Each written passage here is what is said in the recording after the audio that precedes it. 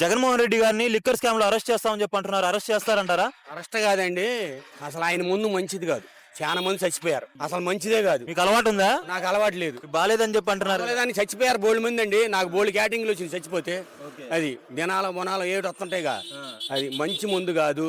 ఇప్పుడు మంచి ముందు వచ్చింది, బాగా తాగుతున్నారు. ఇప్పుడు ఎవరో సావాల మందులు తాగి లోకటి తెగ చచ్చిపోయారు మందులు తాగి. కుంభకోణం అనేది ఇప్పుడు కుంభకోణం అనేది ఒక్కొక్కళ్ళు బయటకు వస్తారు, రాకుండా ఏమి ఉండరు.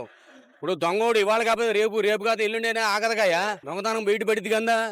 అది చట్టం ఎవరు చేసుకునే పని వాళ్ళే చేసేసిద్ది. ఎవరిని తీసుకెళ్ళాలి వాళ్ళని తీసుకెళ్తారా? మరి తీసుకెళ్తారు గ్యారెంటీగా. చూసుకోండి గ్యారెంటీ. అది ఏమో మరి జగన్మోహన్ రెడ్డి గారిని అరెస్ట్ చేస్తే ఆయనపై మళ్ళీ సెంటిమెంట్ వచ్చిద్దేమో కదా. ఏముండవు ఈసారి. అవసరం ఏం అవసరం. అది బాగానుంది పరిపాలన. Number 1 TDP.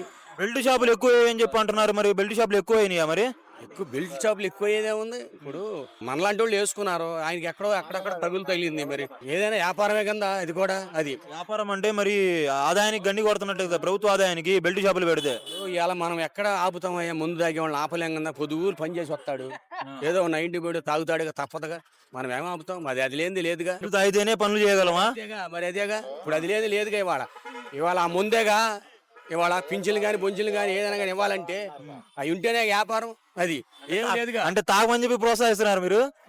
ఇప్పుడు తాగేవాళ్ళు తాగకుండా ఎట్లుంటారు చెప్పు? తాగుతానే ఉంటారు. రేపు పొదుగులు పని చేసి వస్తారు. ఇవాళ టాపీ పని వాడు ఉంటాడు, 200 తాగుతాడు, 400 ఇంటో ఇస్తాడు తమ్ముడు. ఈ కూడా ఎట్టుంటాడు? అది ఇప్పుడు అదే వ్యాపారం. ఇప్పుడు గవర్నమెంట్ కి ఏం ఆదాయం లేదు. చెప్పానుగా, మట్టి చెప్పించి వెళ్ళాడు జగన్.